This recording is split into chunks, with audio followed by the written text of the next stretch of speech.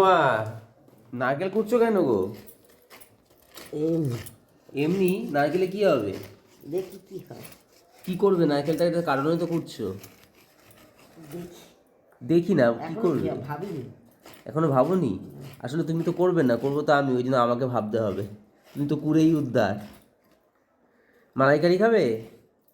দেখি যা করবি তাই দেখ খাবো। তাহলে কুড়ে দাও ভালো করে, মালাইকারি করে দিই। খাবে তো ভালো করে? তাহলে করে দাও।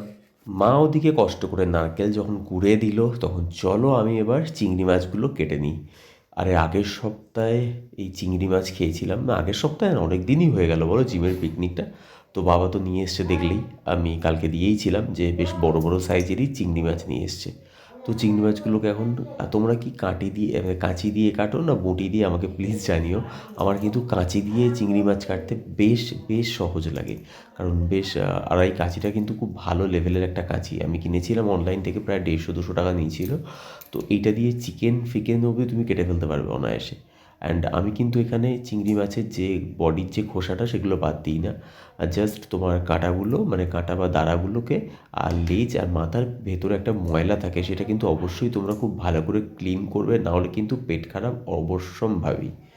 সো চলো, চিংড়ি মাছ তো কাটা হয়ে গেছে এদিকে। ডালের সাথে একটু বেগুন ভাজা না হলে ভালো লাগে না, কারণ ডাল বসিয়ে দিয়েছি ওদিকে। একটা গ্যাসে তো বেগুন ভাজাটা হোক, ততক্ষণ পাশের গ্যাসে ডালটাকে ভালো করে সাঁতলে ফোড়ন দিয়ে নিলাম। আজকে কিন্তু মুগ আর মুসুর মিক্স করে একটু রাঁধুনি, ধনেপাতা, শুকনো লঙ্কা, তেজপাতা আর একটু টমেটো দিয়ে ডালটা করেছি। আর এখানে দেখো সব চিংড়ি মাছের ভেতরে কাঠি দিয়ে ভালো করে এগুলোকে স্টিক করে নিই। চিংড়ি মাছের কিন্তু এটা বেশ ইন্টারেস্টিং ব্যাপার, তাই না? মানে তেলে দেওয়া মাত্রই চিংড়ি মাছ বেশ অরেঞ্জ কালার চলে আসে, মানে চোখের নিমিষের মধ্যে কালারটা কিন্তু চেঞ্জ হয়ে যায়। আমি কিন্তু কোনো রকম নুন হলুদ কিচ্ছু দিইনি। আর বিশ্বাস করো, ক্যামেরার ওপাশ থেকে তোমরা পাচ্ছ না, বাট ক্যামেরার অপোজিট সাইডে এই যে কী গন্ধ একটা আমি পাচ্ছি, মানে পাগল হয়ে যাচ্ছি। অ্যান্ড চিংড়ি মাছের কী রেসিপি বানালাম সেটা অবভিয়াসলি তোমাদের সাথে শেয়ার করব, কিন্তু এখানে নয়।